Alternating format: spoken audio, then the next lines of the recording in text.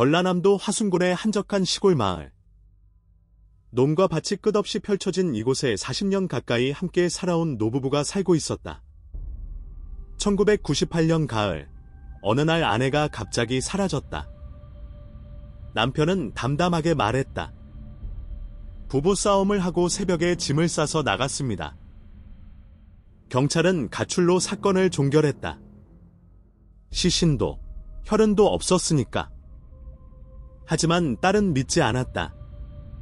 평생 마을 밖을 나가본 적 없는 어머니가 신분증도 두고 사라질 리 없다고 확신했다. 그렇게 7년이라는 긴 세월이 흘렀다. 뇌졸중으로 쓰러진 남편이 요양시설에 들어간 후 딸은 비로소 빈집을 정리하게 된다. 그리고 화장실에서 올라오는 참을 수 없는 악취를 따라 정화조 뚜껑을 열게 된다. 7년간 아무도 들여다보지 않았던 그 어둠 속에서 충격적인 것이 모습을 드러낸다. 대한민국의 평범한 시골 마을에서 벌어진 가장 가까운 사람에 의한 가장 잔혹한 범죄. 지금부터 그 이야기를 시작한다. 별표 1 실종, 그리고 담담한 남편 별표.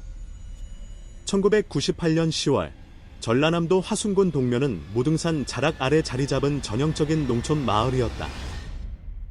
가을이면 들판 가득 황금빛 뼈 이삭이 고개를 숙이고 감나무마다 주홍빛감이 주렁주렁 매달리는 평화로운 곳이었다.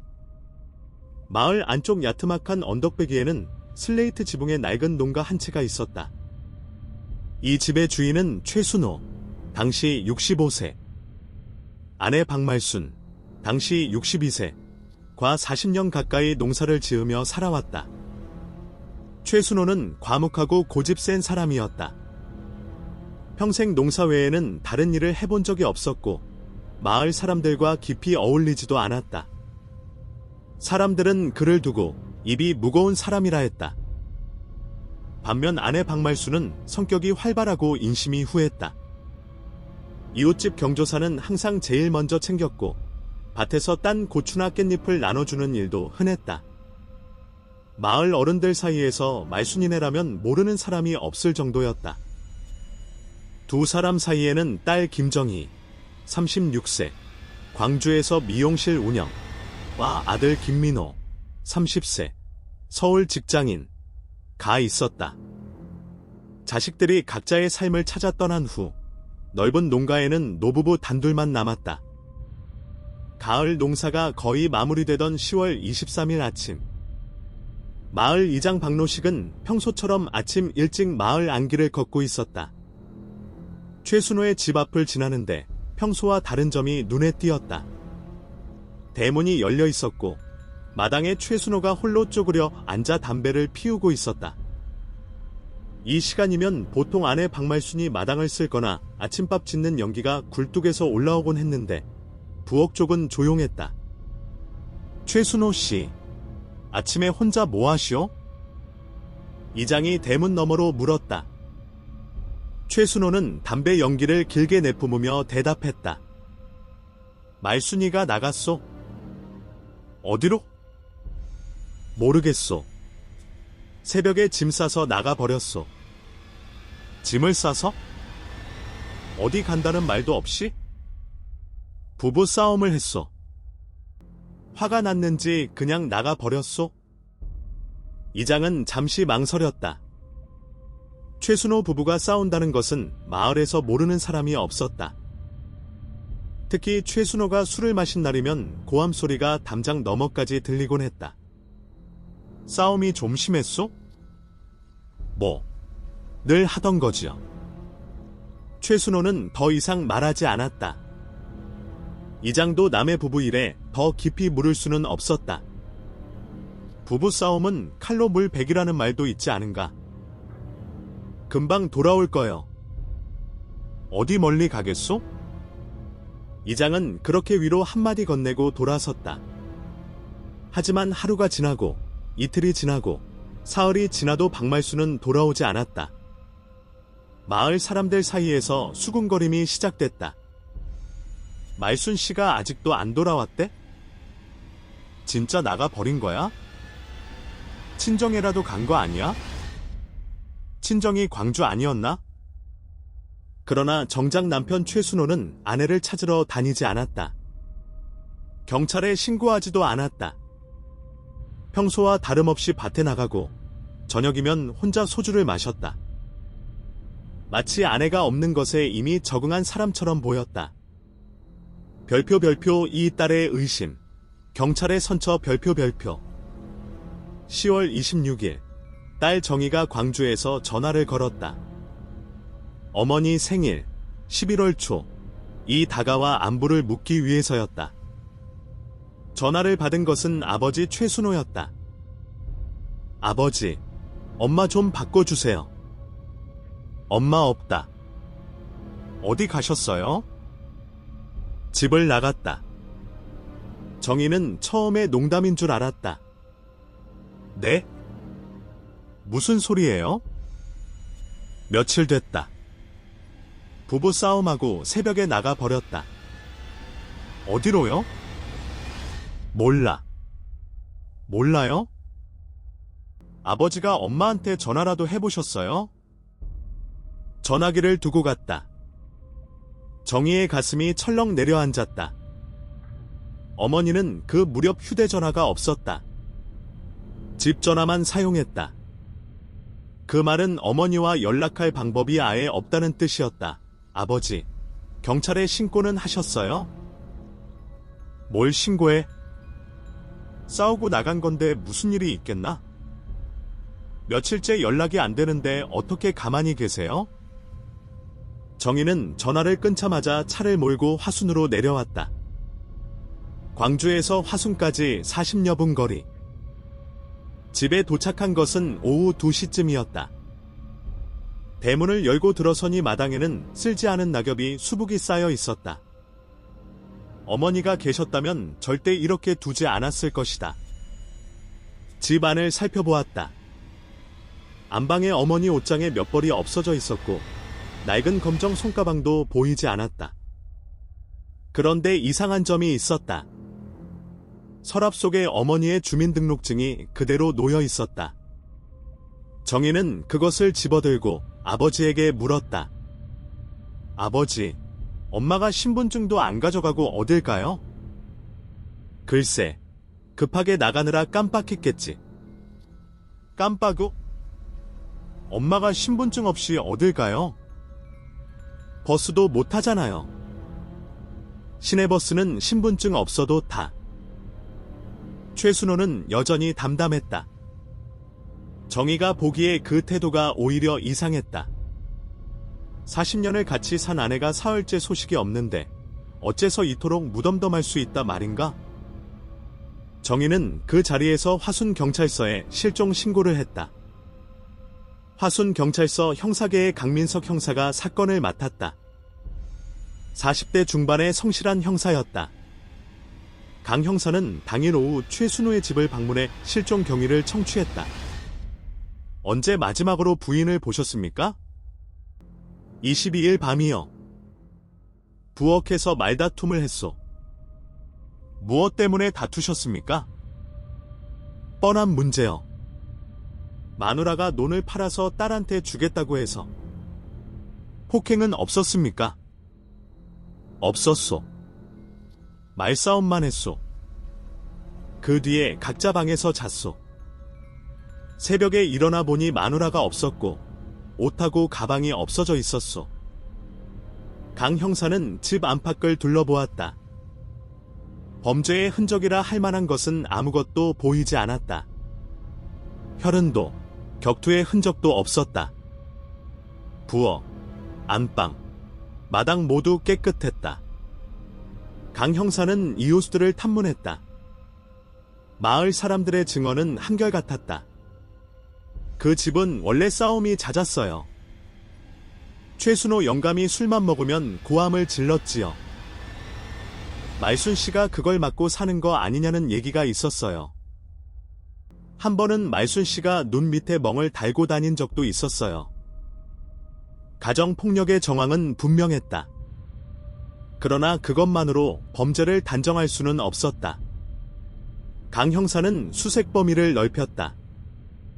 화순 시외버스 터미널, 광주 방면 시내버스 정류소, 인근 택시 회사를 모두 확인하고 박말순의 사진이 담긴 전단을 돌리며 목격자를 찾았다. 결과는 허탕이었다. 박말순을 본 사람은 아무도 없었다. 택시 기사들, 버스 기사들, 터미널 매표소 직원 모두 기억하지 못했다. 광주에 있는 박말순의 친정에도 연락했다. 여동생이 전화를 받았다. 언니요? 아니요. 연락 온 적 없어요. 무슨 일이에요? 서울의 아들 민호에게도 확인했지만 어머니에게서 연락받은 적 없다는 대답뿐이었다. 62살의 농촌 여성이 가을 새벽, 신분증도 없이 옷 몇 벌과 손가방만 들고 사라졌다. 그리고 가족에게도, 친정에도, 그 어디에도 연락하지 않았다. 딸 정희는 이해할 수 없었다. 어머니는 화순읍내 나가는 것조차 드문 사람이었다. 광주에 올 때도 항상 정희가 차를 가지고 가서 모셨다. 버스 노선도 잘 몰랐고 먼 곳에 혼자 가본 적이 단 한 번도 없었다. 은행 업무도 남편이 대신 봐줬고 관공서에 갈 일이 있으면 항상 누군가와 동행했다. 그런 사람이 새벽에 혼자 짐을 챙겨 어디론가 떠났다. 정희는 도저히 믿을 수 없었다. 형사님, 우리 엄마는 혼자 어딜 갈 수 있는 사람이 아니에요. 정희 씨 마음은 이해합니다만 지금 상황에서는 가출 가능성이 가장 높습니다. 가출이요? 신분증도 없이 돈도 안 가져갔어요. 통장은 확인해 보셨어요? 아버지한테 물어봤는데 통장은 원래 아버지가 관리한대요. 정희는 한 가지 더 이상한 점을 발견했다. 어머니가 평소 끼고 다니던 결혼 반지가 보이지 않았다. 40년 전 결혼할 때 아버지가 사준 가느다란 금반지였다. 어머니는 그 반지를 한 번도 빼지 않았다. 설거지할 때도, 밭일할 때도 항상 끼고 있었다.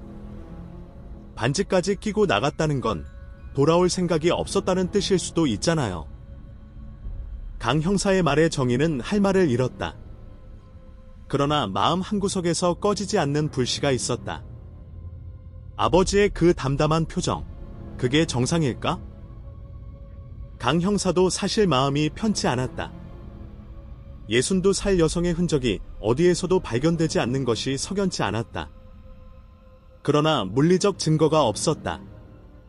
시신도, 혈흔도, 범행 도구도 없었다. 부부 싸움 끝에 가출한 것으로 보는 것이 현재로서는 가장 합리적인 판단이었다. 10월이 가고 11월이 왔다.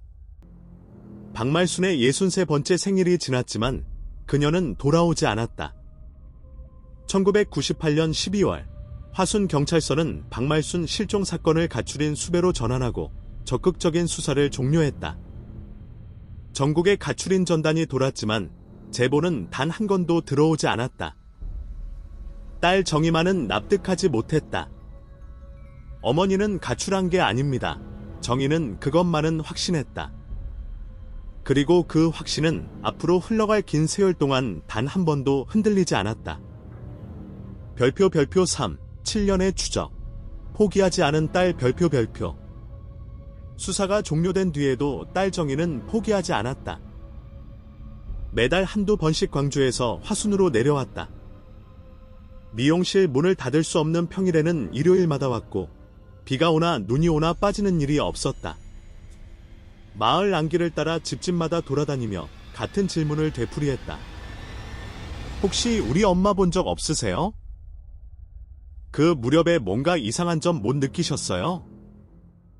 마을 사람들은 처음에는 동정의 눈으로 정희를 바라보았다 해고 딸이 애처롭게 말순 씨가 얼른 돌아오면 좋겠는데?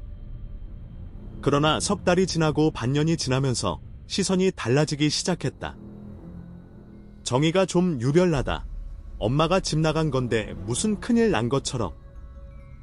어디서 잘 살고 있겠지. 그 영감 밑에서 고생하다가 해방된 거 아니야? 아버지를 의심하는 것 같던데. 정희가 아버지 최순호를 의심하고 있다는 소문이 마을에 퍼졌다. 작은 마을에서 소문이란 바람보다 빨랐다. 최순호의 귀에도 들어갔을 것이다. 그러나 최순호는 별다른 반응을 보이지 않았다. 딸이 마을을 돌아다니며 탐문에도 막지 않았고 따로 해명하지도 않았다.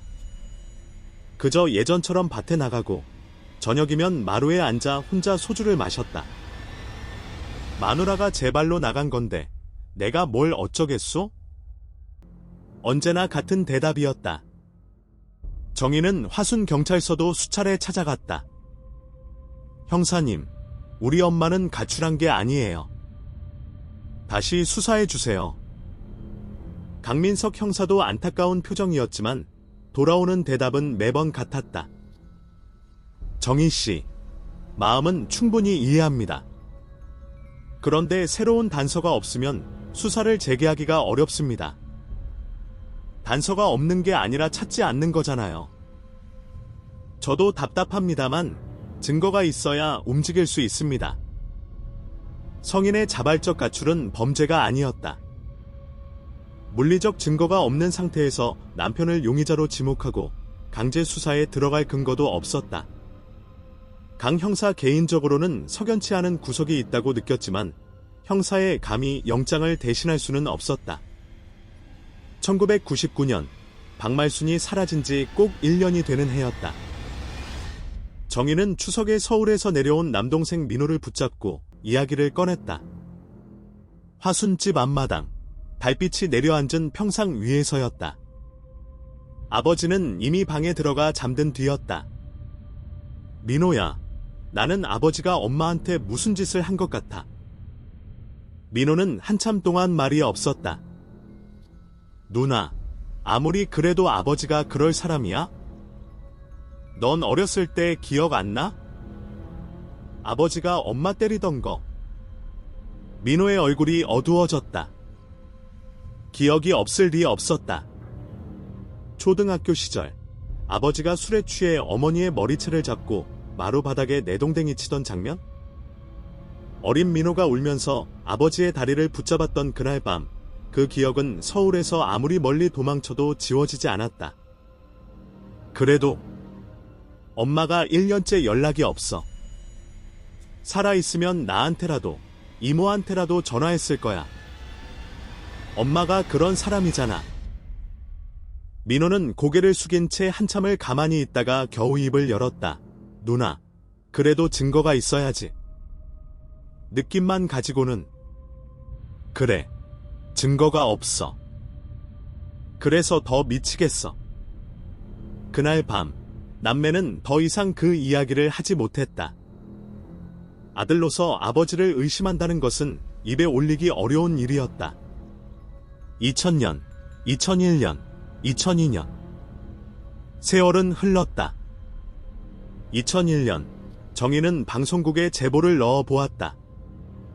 실종자를 찾아주는 텔레비전 프로그램의 사연을 정성껏 적어 보냈다. 돌아온 것은 짤막한 회신 한 통뿐이었다. 유사한 사연이 너무 많아 모두 다루기 어렵다는 내용이었다. 대한민국 방방곡곡에서 사라진 사람이 그토록 많다는 사실이 정희에게는 또 다른 절망이었다. 2002년, 2003년. 마을에서 박말순을 기억하는 사람도 점점 줄어들었다. 새로 이사온 젊은 부부들은 그 집에 아내가 있었는지조차 몰랐다. 그런데 2003년 봄, 뜻밖의 이야기가 정희의 귀에 들어왔다. 이웃에 사는 강판수, 70대, 라는 노인이었다. 최순호의 집과 논 하나를 사이에 두고 살아온 사람이었다. 강판수는 평소 과묵한 편이었는데 그날따라 정희를 보더니 먼저 말을 꺼냈다. 정희야, 한 가지 말해줄 게 있어. 정희의 가슴이 뛰기 시작했다. 뭔데요, 아저씨? 이게 꼭 맞는 말인지는 모르겠는데. 네. 엄마가 없어진 다음 날 밤이었어. 내가 밤에 화장실 가려고 나왔거든. 그때 내 아버지 집 쪽에서 소리가 나길래 쳐다봤어. 무슨 소리요? 삽질 소리. 쇠가 콘크리트에 부딪히는 소리 같은 거 뒷마당 쪽에서 났어. 뒷마당이요. 정희의 목소리가 떨렸다. 좀 더 자세히 보셨어요? 아버지가 뭘 하고 있었어요? 어둡고 멀어서 잘은 안 보였는데 정화조 뚜껑 근처에서 뭔가를 하고 있는 것 같았어. 정화조요? 그래. 삽을 들고 있는 것처럼 보였어. 근데 어두워서 확실하지는 않아. 정희의 손이 떨리기 시작했다. 아저씨, 왜 이 얘기를 이제야 하시는 거예요? 그때는 별 생각 없었어. 정화조 고치나 보다 했지. 그런데 내가 몇 년째 엄마를 찾고 다니니까 점점 마음에 걸리더라고.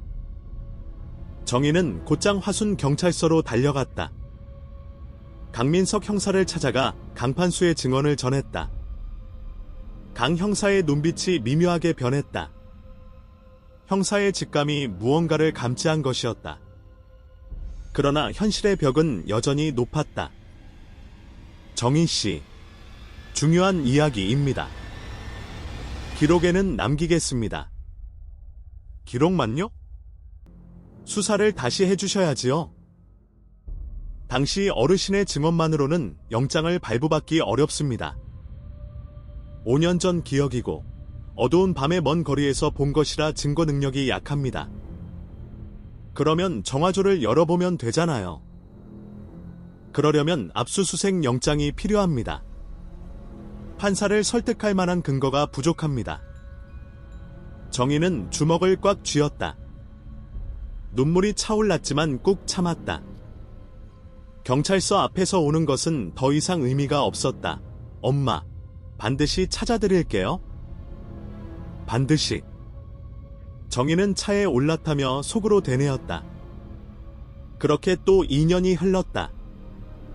사계절이 8번 바뀌는 동안 정희는 같은 길을 수없이 오갔다. 그리고 2005년 3월, 겨울이 끝나고 봄이 막 시작되던 무렵이었다.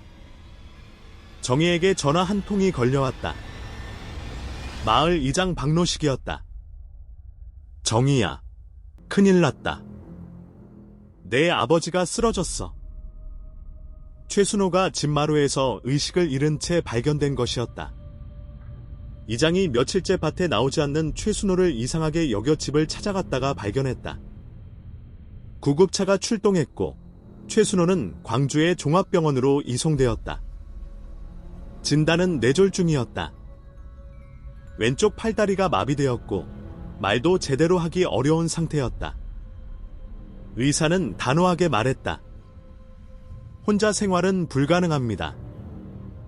장기적인 돌봄이 필요한 상태입니다.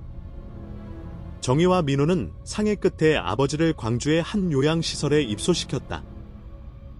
70대의 최순호는 자신이 40년을 살아온 그 집을 떠나게 되었다.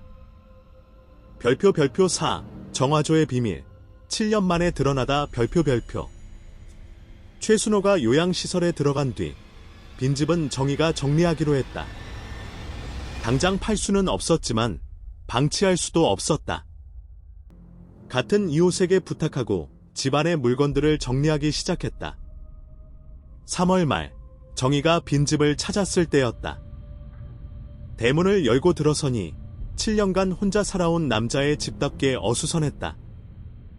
마당에는 농기구가 녹슨 채 널브러져 있었고 부엌에는 먹다 남은 반찬 그릇이 쌓여 있었다. 정희는 안방부터 정리를 시작했다. 아버지의 옷가지, 낡은 이불, 바닥에 굴러다니는 소주병들. 어머니의 흔적은 거의 남아있지 않았다. 7년 사이에 최순호가 아내의 물건 대부분을 치워버린 모양이었다. 부엌을 정리하고 광을 정리하고 헛간까지 한 바퀴 돌았다. 그리고 마지막으로 뒤편 화장실에 들어섰을 때였다. 코를 찌르는 악취가 올라왔다. 시골집 재래식 화장실이니 냄새가 날 수는 있었다. 그러나 이것은 차원이 달랐다. 단순한 하수 냄새가 아니었다. 무언가 깊은 곳에서 썩어 들어가는 묵직하고 역한 냄새였다. 숨을 참아도 코끝을 파고드는 그 냄새에 정희는 저도 모르게 뒷걸음질 쳤다.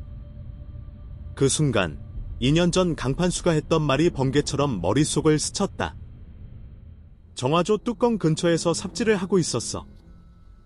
정희는 화장실 바닥을 내려다보았다. 오래된 시멘트 바닥 아래 정화조가 있을 것이다. 심장이 미친 듯이 뛰기 시작했다. 손끝이 차가워지고 다리에 힘이 풀렸다. 정희는 거기서 더 나아가지 않았다.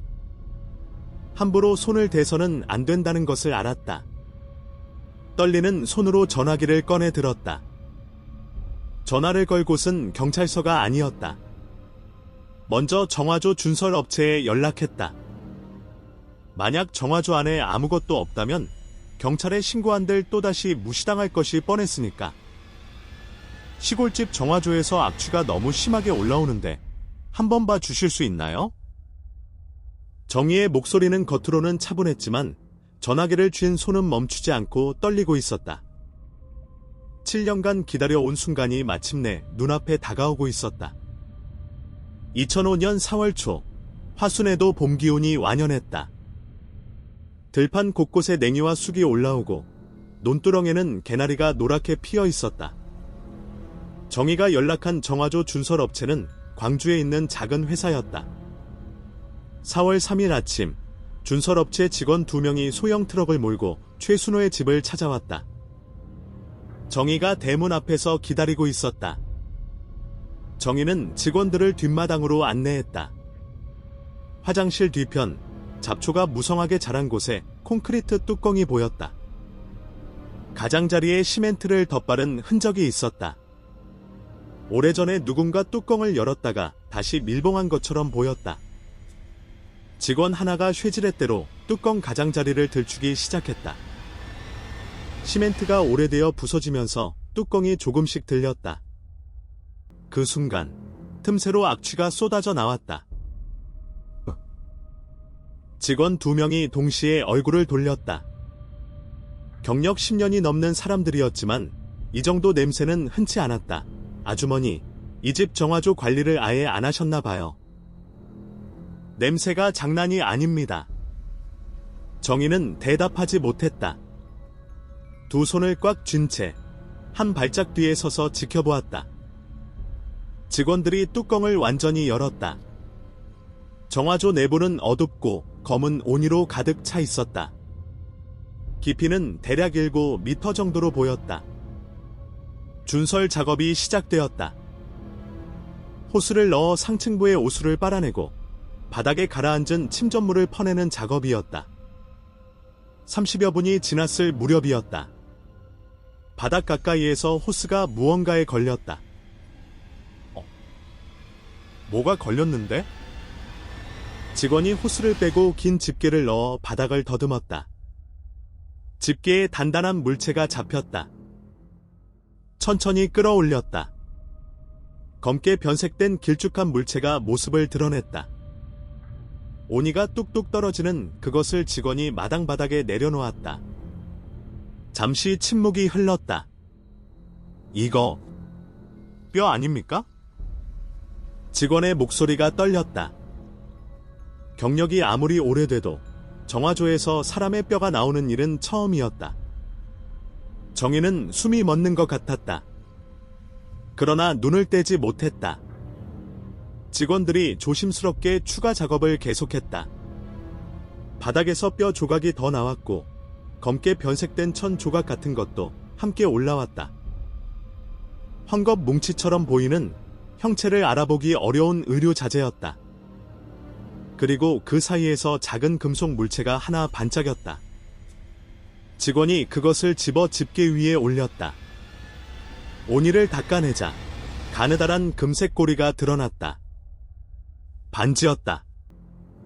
정희는 그것을 보는 순간 그 자리에 주저앉았다. 어머니의 결혼 반지. 40년 전 아버지가 화순읍내 금은방에서 사준 가느다란 금반지. 안쪽에 순호 말순이라는 이니셜이 새겨져 있던 그 반지. 어머니가 평생 손에서 빼지 않았던 세상에 단 하나뿐인 반지였다. 엄마. 정희의 입에서 신음 같은 소리가 새어나왔다. 눈물이 쏟아졌다. 7년간 꾹꾹 눌러 참아온 눈물이 한꺼번에 터져 나왔다. 직원들은 상황의 심각성을 직감했다. 아주머니, 경찰에 신고해야 할 것 같습니다. 정희는 고개를 끄덕이며 떨리는 손으로 전화기를 들었다. 119에 신고를 걸었다. 화순군 동면입니다. 집 정화조에서 사람뼈가 나왔습니다. 교환원이 되물었다. 사람뼈요? 확실합니까?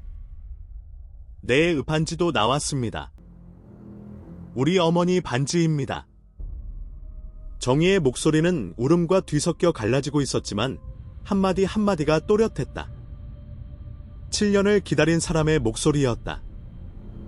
30여 분 뒤 화순 경찰서 순찰차 2대가 현장에 도착했다. 형사 3명과 감식 요원이 함께였다. 현장은 즉시 통제되었다.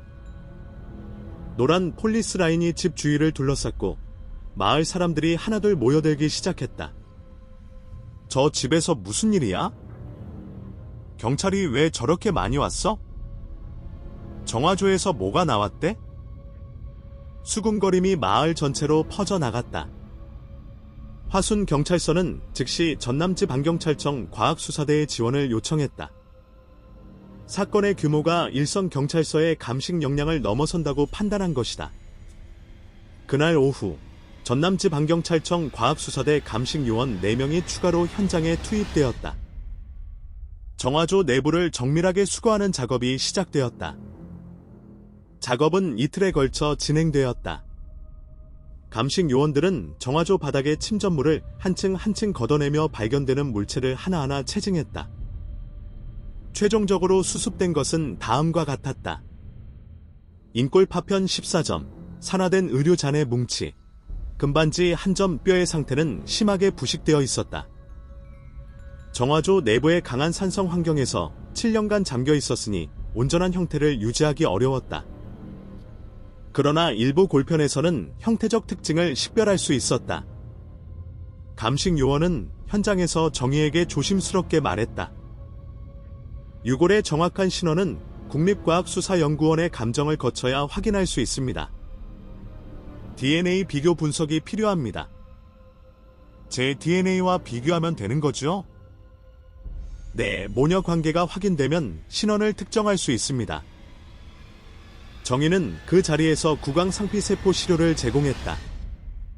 작은 면봉으로 볼 안쪽을 문지르는 것이었다. 손이 떨렸지만 정희는 눈을 감지 않았다. 7년을 기다렸다. 이제 마지막 한 걸음만 남았다. 시료는 즉시 국립과학수사연구원 광주분원으로 이송되었다. DNA 감정에는 통상 2주에서 3주가량이 소요된다는 안내를 받았다. 기다리는 시간은 길었다. 정희는 그 2주 동안 잠을 제대로 이루지 못했다. 밤마다 어머니의 얼굴이 떠올랐다. 밭에서 일하다 허리를 펴며 웃던 얼굴, 명절에 전을 부치며 노래를 흥얼거리던 얼굴, 정희가 미용실을 열었을 때 광주까지 올라와 첫 손님이 되어준 어머니. 엄마, 이제 거의 다 왔어요. 별표 오체포와 자백, 그리고 재판 별표. 4월 18일이었다. 화순 경찰서에서 정희에게 연락이 왔다. 정희 씨, 국과수 감정 결과가 나왔습니다.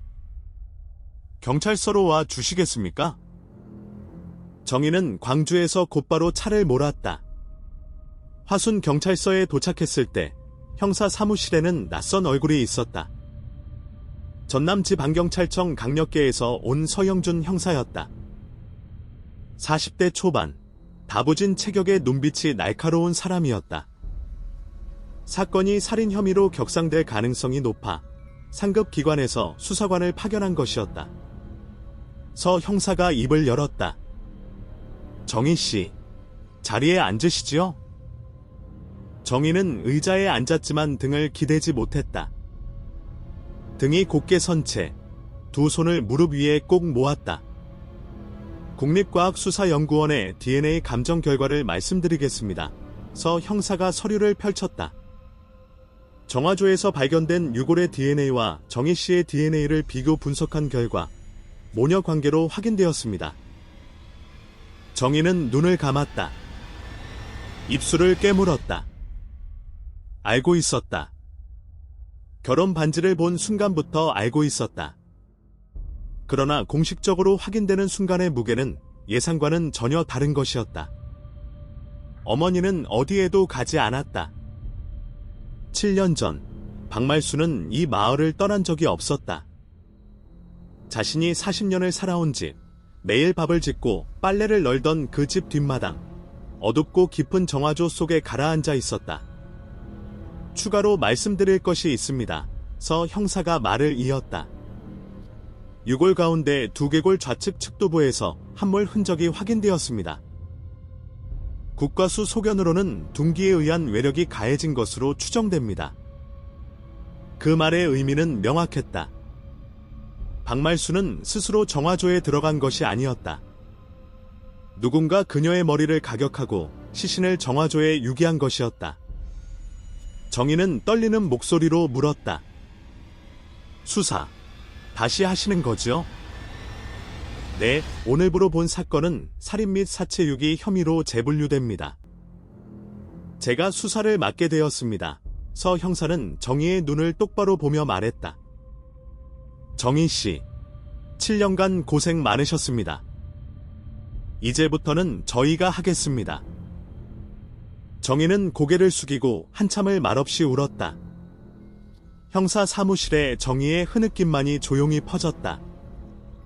7년 동안 아무도 귀 기울이지 않았던 그 목소리에 마침내 누군가가 응답한 것이었다. 2005년 4월 하순, 재수사가 본격적으로 시작되었다. 서영준 형사는 사건 파일을 처음부터 다시 펼쳤다. 그가 가장 먼저 한 일은 마을을 다시 찾아가는 것이었다. 7년 전의 증언들을 하나하나 다시 확인하기 위해서였다. 이번에는 아무도 이 사건을 가출로 넘기지 않을 것이다.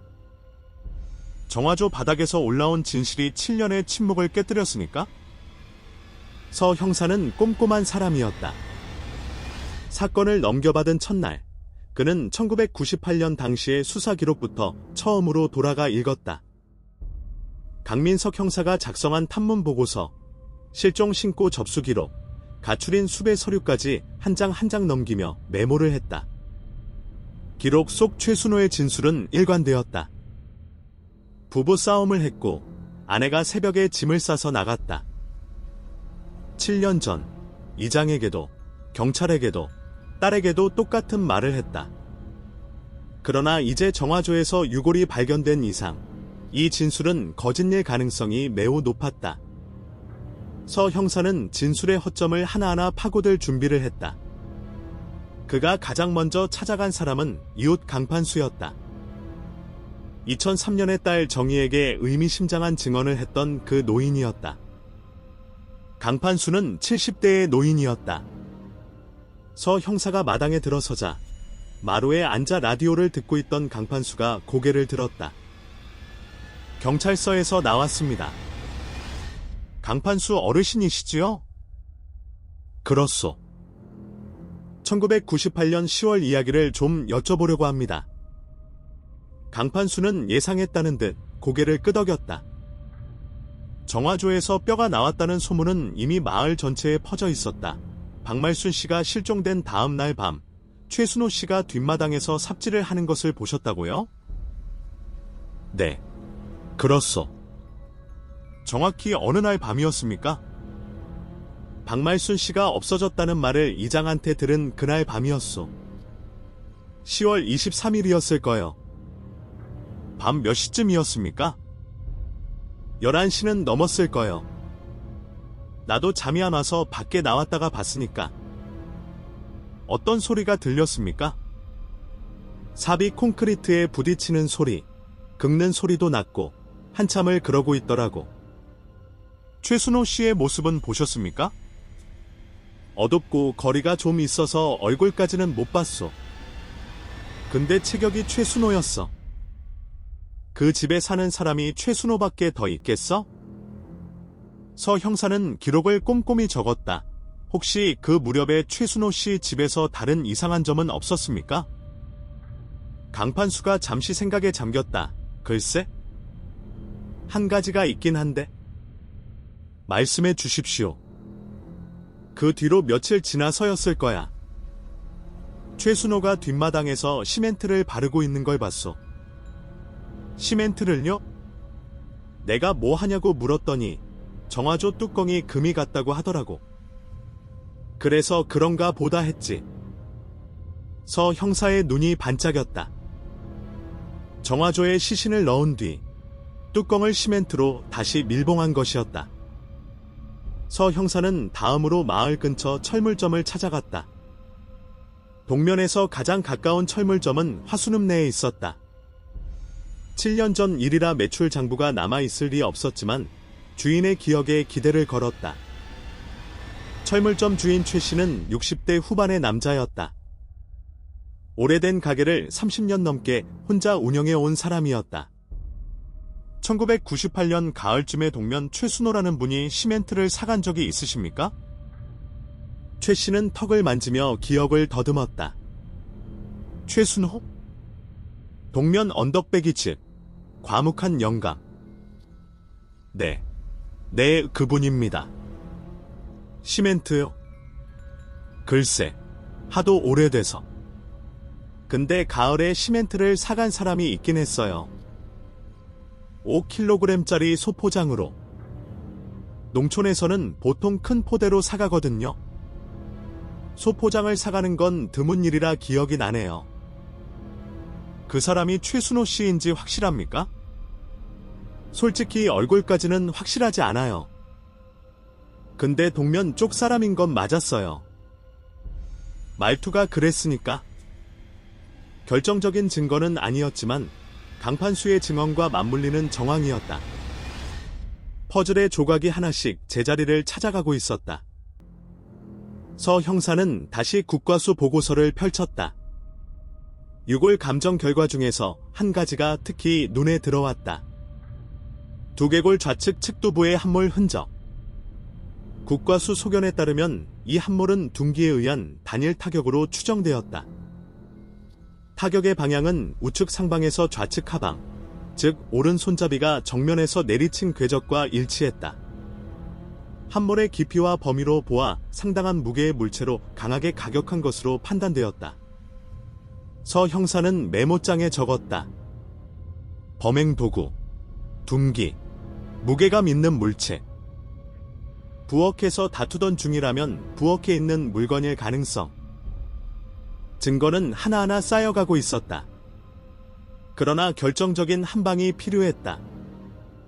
물증만으로는 법정에서 유죄를 확정짓기 어려울 수 있었다. 자백.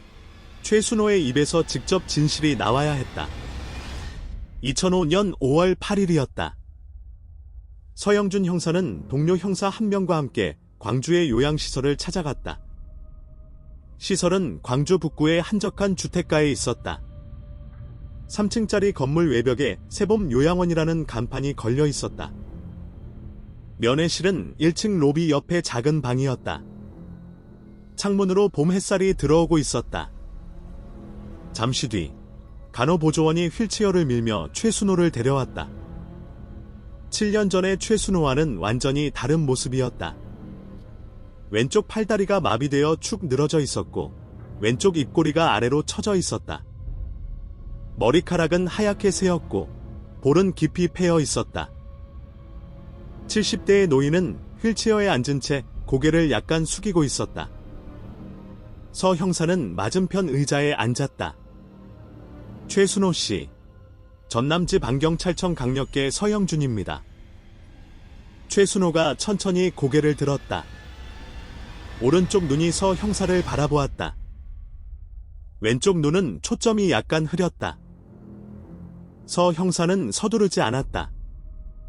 이런 상황에서는 차분하게, 그러나 정확하게 말해야 했다. 최순호 씨, 대개 정화조에서 사람의 뼈가 발견되었습니다. 최순호의 오른쪽 눈이 미세하게 떨렸다. 그러나 입은 열리지 않았다. DNA 감정 결과 유골은 부인 박말순 씨로 확인되었습니다. 서 형사는 최순호의 반응을 주의 깊게 살폈다.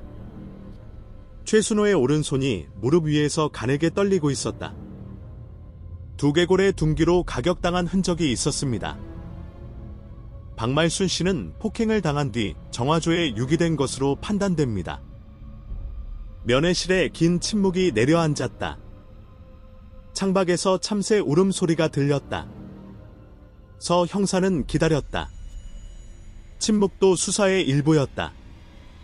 상대가 먼저 입을 열 때까지 기다리는 것.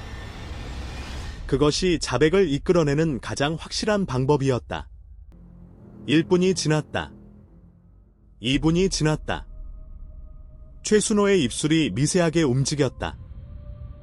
뇌졸중 후유증으로 발음이 불분명했지만 서 형사는 온 신경을 집중해서 들었다. 알고 있었어.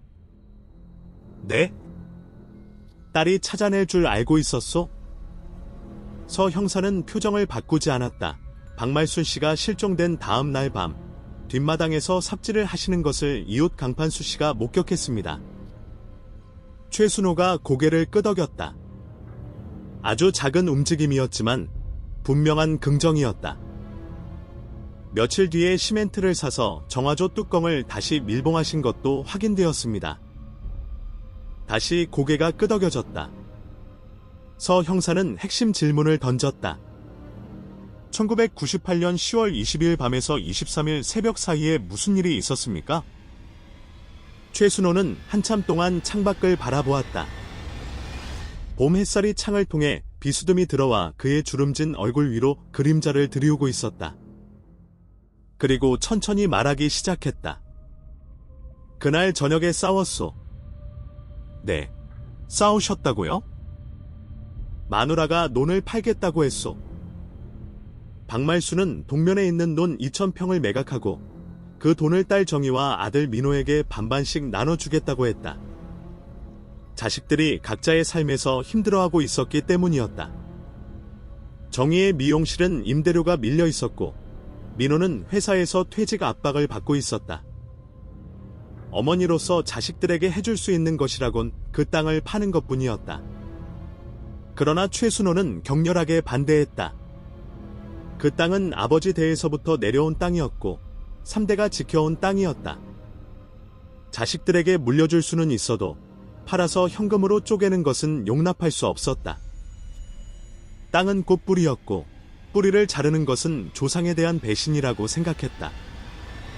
마누라한테 말했소? 내 살아있는 한 그 땅은 못 판다고. 그랬더니요.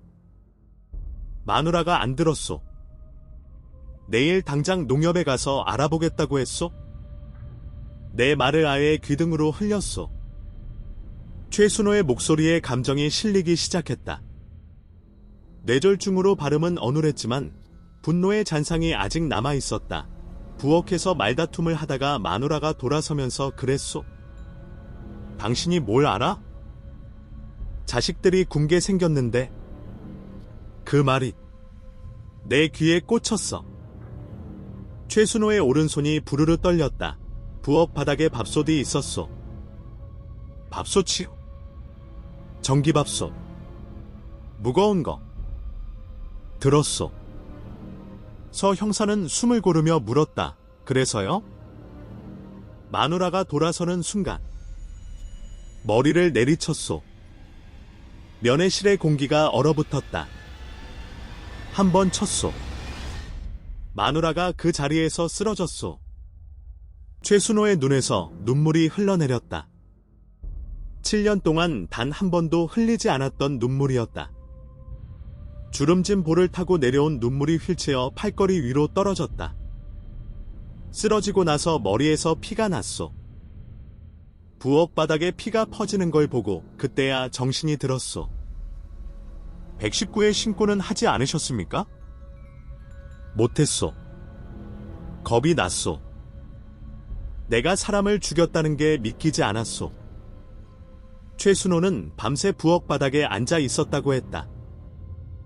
아내의 시신 옆에서 아무것도 하지 못한 채 새벽이 올 때까지 앉아 있었다. 새벽에 뒷마당 정화조 뚜껑을 열었소. 아내의 시신을 정화조에 넣으신 겁니까? 그렇소. 그 뒤에는요? 부엌 바닥에 피를 닦았소. 물을 부어가며 여러 번 닦았소. 그래도 불안해서 부엌 장판을 바꿨소. 장판을요? 광의 여분으로 두었던 장판이 있었소. 그걸 찢어서 깔았소. 서 형사는 고개를 끄덕이며 기록했다. 7년 전 강민석 형사가 현장을 방문했을 때 혈흔이 발견되지 않았던 이유가 설명되는 대목이었다. 다음 날 밤에 시멘트로 뚜껑을 다시 발랐소. 아무도 열어보지 못하게. 이웃 강판수 씨가 그 모습을 목격했습니다. 알았소. 그때 누가 보고 있는 것 같은 느낌이 들었소. 근데 아무 말이 없으니까 넘어간 줄 알았소. 아내의 옷과 손가방은 어떻게 하셨습니까? 사흘 뒤에 옷 몇 벌하고 손가방을 꺼내서 동면에서 좀 떨어진 야산에 버렸소. 마누라가 짐을 싸서 나간 것처럼 보이게 하려고. 주민등록증은 왜 남겨두셨습니까? 최순호가 씁쓸하게 웃었다. 입꼬리가 한쪽만 올라가는 일그러진 웃음이었다. 깜빡한 거요. 나중에 알았는데 이미 경찰이 다녀간 뒤라 손을 댈 수가 없었소. 서 형사는 조서를 정리하며 마지막 질문을 던졌다. 7년 동안 어떻게 사셨습니까? 아내를 직접 묻어놓은 그 집에서. 최순호는 한참을 말없이 있었다. 처음 1년은 미칠 것 같았소. 그의 목소리가 갈라졌다. 밤마다 마누라가 보였소. 부엌에 있는 것 같고 마당에서 빨래 널고 있는 것 같고. 술을 마셔야 잠이 왔소? 그래서 매일 술을 드신 겁니까? 안 마시면 못 견디겠소. 정화조 위를 밟고 다니면서 사는 게 아니었소. 자수할 생각은 안 하셨습니까? 했소. 여러 번 했소. 근데 그때마다 겁이 났소. 감옥에 가는 것보다 내가 한 짓을 세상에 아는 것이 더 무서웠소. 서 형사는 펜을 내려놓았다. 최순호의 자백은 국과수 감정 결과와 정확히 일치했다. 두개골 좌측 측두부 함몰 흔적, 오른 손잡이가 정면에서 내리친 궤적, 무거운 둔기에 의한 단일 타격. 전기밥솥의 무게와 형태라면 충분히 가능한 상해였다. 이웃 강판수의 목격 증언, 시멘트 구매 정황, 가출 위장을 위한 옷가지 처리. 모든 정황 증거가 자백의 내용과 맞아떨어졌다. 서 형사는 조서를 마무리하고 최순호에게 말했다. 최순호 씨, 지금부터 살인 및 사체 유기 혐의로 긴급 체포합니다. 최순호는 고개를 숙였다. 더 이상 아무 말도 하지 않았다. 휠체어에 앉은 70대의 노인은 7년간 홀로 짊어져 왔던 비밀의 무게에서 마침내 내려온 것이었다. 그것이 해방이었는지 아니면 또 다른 형벌의 시작이었는지는 아무도 알 수 없었다. 다만 한 가지는 분명했다. 7년간의 거짓말이 드디어 끝났다는 것. 별표 6, 이제 편히 쉬소서 별표. 2005년 6월 광주지방법원 정문 앞에는 이른 아침부터 취재진이 몰려 있었다. 화순 동면의 정화조 살인사건은 전남 지역 뉴스를 넘어 전국적인 관심을 끌고 있었다. 7년간 아내의 시신을 자택 정화조에 숨기고 살았던 남편. 그리고 7년간 포기하지 않고 어머니를 찾아 헤맨 딸. 사람들은 그 이야기에 분노하고 안타까워하고 때로는 눈물을 흘렸다. 첫 공판이 열리던 날이었다. 법정 방청석에는 딸 정희와 아들 민호가 나란히 앉아 있었다. 정희는 검은 옷을 입고 있었고 두 손을 무릎 위에 가지런히 모은 채 정면을 바라보고 있었다. 민호는 고개를 숙이고 있었다. 아버지의 재판을 지켜봐야 하는 아들의 심정은 말로 표현할 수 없는 것이었다. 법정 문이 열리고 휠체어에 앉은 최순호가 들어왔다. 교도관이 휠체어를 밀었고 최순호는 고개를 숙인 채 피고인석에 자리 잡았다. 방청석을 한 번도 쳐다보지 않았다. 재판장이 개정을 선언했다. 검찰의 공소 사실 낭독이 시작되었다. 피고인 최순호는 1998년 10월 22일 밤 전라남도 화순군 동면 자택 부엌에서 아내인 피해자 박말순과 재산 매각 문제로 말다툼을 하던 중 부엌에 있던 전기밥솥으로 피해자의 좌측 측도부를 강타하여 사망에 이르게 하였습니다. 검사의 목소리가 법정에 또렷하게 울렸다. 이후 피고인은 피해자의 시신을 자택 뒷마당 정화조에 유기하고 시멘트로 뚜껑을 밀봉하였습니다. 또한 피해자의 옷가지와 손가방을 빼내어 인근 야산에 유기하고 피해자가 부부싸움 끝에 가출한 것으로 위장하여 7년간 범행을 은폐하였습니다. 방청석에서 탄식이 새어나왔다. 정의는 입술을 깨문 채 눈을 감았다. 검찰은 최순호에게 살인 및 사체유기 혐의로 징역 15년을 구형했다. 최순호의 국선 변호인은 정상 참작을 요청했다.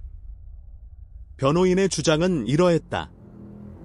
첫째, 범행은 사전에 계획된 것이 아니라 부부싸움 중 격앙된 감정에 의한 우발적 행위였다는 점. 둘째, 피고인이 수사 과정에서 범행을 모두 자백하고 반성의 태도를 보이고 있다는 점. 셋째, 피고인이 뇌졸중 후유증으로 거동이 불편한 상태라는 점. 그러나 검찰은 하나하나 반박했다. 범행 자체는 우발적이었을 수 있으나 범행 이후의 행위는 치밀한 계획에 의한 것입니다. 시신을 정화조에 유기하고 시멘트로 밀봉하고 옷가지를 따로 빼내어 가출로 위장한 일련의 행위는 단순한 당황이나 공포로 설명될 수 없습니다. 검사는 한숨을 쉬고 이어서 말했다. 또한 피고인은 7년간 단 한 번도 자수하지 않았습니다. 피해자의 딸이 7년간 어머니를 찾아 헤매는 동안에도 피고인은 진실을 밝히지 않았습니다. 피해자는 7년간 정화조 속에 방치되어 제대로 된 장례조차 치러지지 못했습니다. 유족이 겪은 고통은 이루 말할 수 없습니다. 법정이 잠시 조용해졌다. 정의의 눈에서 소리 없이 눈물이 흘러내렸다. 민호가 주머니에서 손수건을 꺼내 누나에게 건넸다. 재판은 두 차례의 공판을 거쳐 결심에 이르렀다. 2005년 8월 선고 공판이 열렸다. 재판장이 판결문을 읽기 시작했다. 법정 안의 모든 시선이 재판장에게 쏠렸다.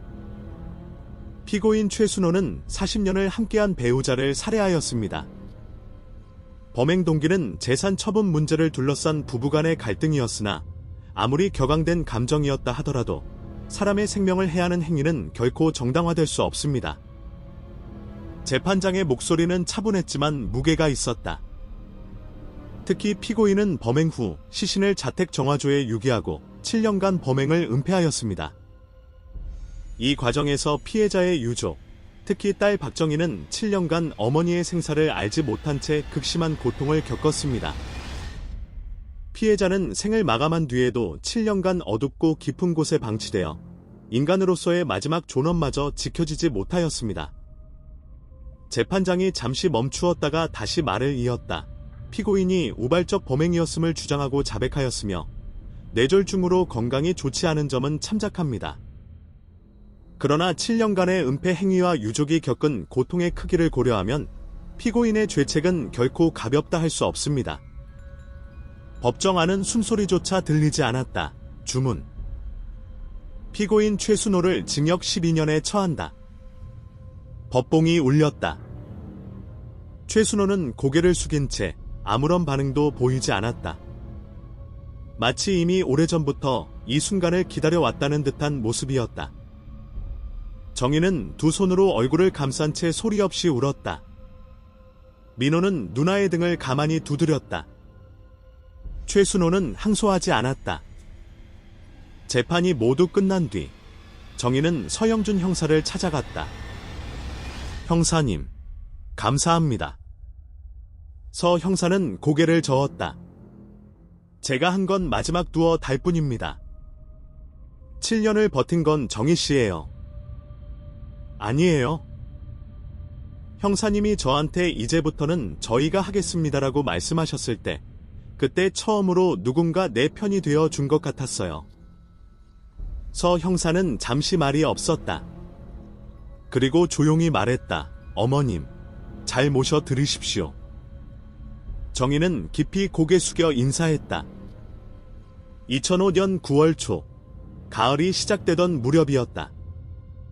정희는 동생 민호와 함께 화순으로 내려갔다. 어머니의 유골을 수습하여 동면이 내려다 보이는 작은 공원 묘지에 안장하기 위해서였다.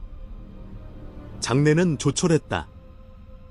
마을 이장 박노식이 왔고 이웃 강판수 어르신도 지팡이를 짚고 왔다.